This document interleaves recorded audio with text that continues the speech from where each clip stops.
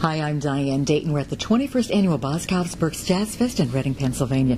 We're at the Crown Plaza where we're catching up with Jeff Kashiwa before playing with the Rippingtons this afternoon. It's exciting. It is exciting. There's a buzz in the air. Yeah, it's so good to catch up with you. It's been a little while since we've connected, but you've got so many things going on. Where do we even start? I try to keep, well, the latest thing is I've been teaching. I teach now at a place called Shoreline Community College, which is in Washington State. And I'm teaching some of the electronic music production courses there, along with a group that's called Funk and Groove, which is self-explanatory. We do like, Al Green, Earth, Wind and Fire, good stuff. Oh, I love it. That's really good. Well, today you're going to be playing with the Rippingtons. Tell me about that show. Well, this is our 25th year, or I should say their 25th year, because I joined maybe 3 or 4 years into it, but that's his 25th year, my 23rd year. Anyway, we're going to be doing some songs from the brand new CD called Côte d'Azur.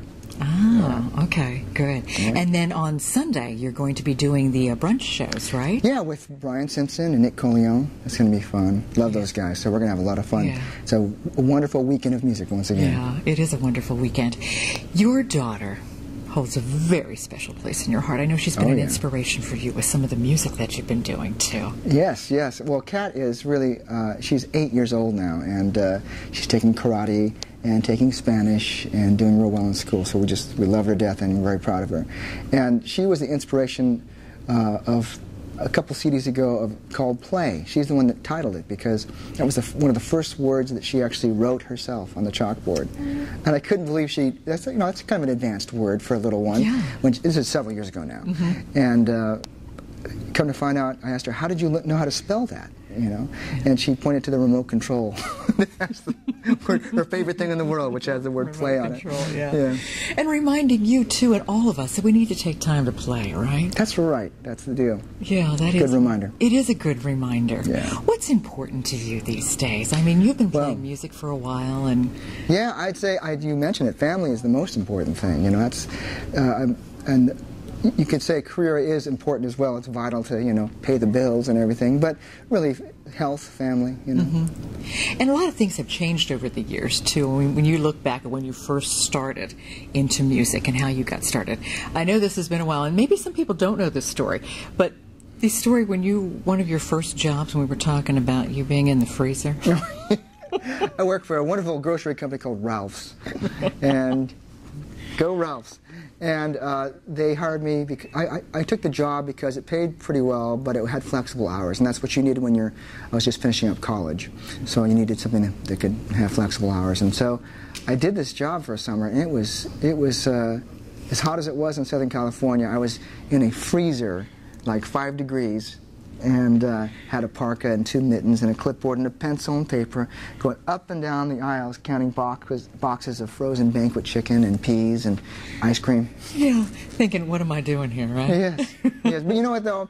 What I take from that is my mantra was, I'm a jazz musician, don't lose focus. But I tried to make at least even that job work for me in that I kind of worked on my memory. I practiced seeing how many like a game. How many different items could I memorize before I had to write them down? That type of thing. So we got 18 boxes of banquet chicken, we got 17 peas, we got 27 this, and I'd write them down at the end to just practice memorizing things. Because as a musician, what we do involves a lot of memorization. Well, the thing, when you talk about memorization, that had you in place for the call with the Rippingtons, because what you knew, their material. Yeah, I was already a fan, so it was a pleasure. This homework was a pleasure, but I had a friend, Steve Bailey, who was the bass player in the group at the time, and while they didn't have a saxophone position open, he said, maybe we will, who knows, so why don't you start learning the material. So I learned, by a year's time, I learned 2 albums worth of material, top to bottom. Wow. And finally, I got called to sub for the saxophone player, Brandon Fields, who was leaving the group anyway. And I got the gig not because I was the best saxophone player, but definitely because I was the most prepared. And that's so key in life. Yeah. Just in everything. And I'm sure that's what you're teaching your daughter as well. Yeah, absolutely. Yeah. The music industry has changed a lot over the past few years and with the stations that we have. How do you see this affecting what you do? It's a good question.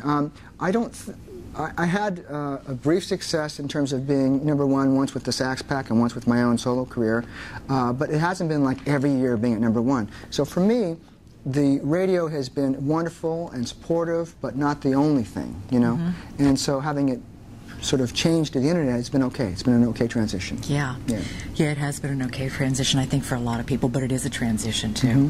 When you're out performing, you have so much fun on stage. I mean, it's hard to imagine doing anything else, isn't it? What is it like for you on stage? What does it feel like? It's fun, you know. The old saying is, whatever fee we get paid, that's for us to travel. We'll play for free, because that's really the truth, because playing is so much fun. It's a joy, especially with the Rippingtons, or with great musicians like Brian and Nick. It's effortless to play with them, so music can really become, is a joy, you know, and it's an expression of joy for us and hopefully for the audience too. So. Well, I think you tour all over the place and all over the world, so you see a lot of different people coming together with the type of music that you play. What do you really see? I mean, it's a universal language. Absolutely. I mean, the actual language that we speak may be particular to a certain region, but music is universal, and certainly emotions are human emotion is completely universal. So people can understand love and excitement and energy and sorrow, things like that. Yes. How many CDs do you have personally? I think I have about 8. About 8. Yeah. I always love it. You guys, it's about this. We're not sure, but it's about. Yeah. It's about 8. I don't own my own CDs. Yeah. What would you like us to know? Something about you that perhaps we don't know that you would like to share, just to give us a little bit more insight into you? Something that you think is important that you just want us to know about. Well, I do. I mentioned I started teaching. I really do enjoy teaching, and I want to follow through on that and do a little bit more on the web via video tutorials and things like that on different subjects. So that's one thing, my pet project I'm going to be doing this year. But also, I love cooking. Oh, don't do it enough. I'm not very good. I'm learning. What do you like to cook? Oh, you know, for some reason, even though I'm Asian, I can cook Mexican food okay. Oh, some Mexican food. Okay. Yeah. Okay. Okay. I'm learning. Well, you're learning. What's the process, isn't it? Yeah. Well, thank you for taking time today and just stopping in and letting us know a little bit about what you're up to, what we're going to see, and a little bit about music and how it does connect us. Yeah, absolutely. Yeah. Thank you. You're welcome. We're coming to you from the 21st Annual Berks Jazz Fest in Reading, Pennsylvania.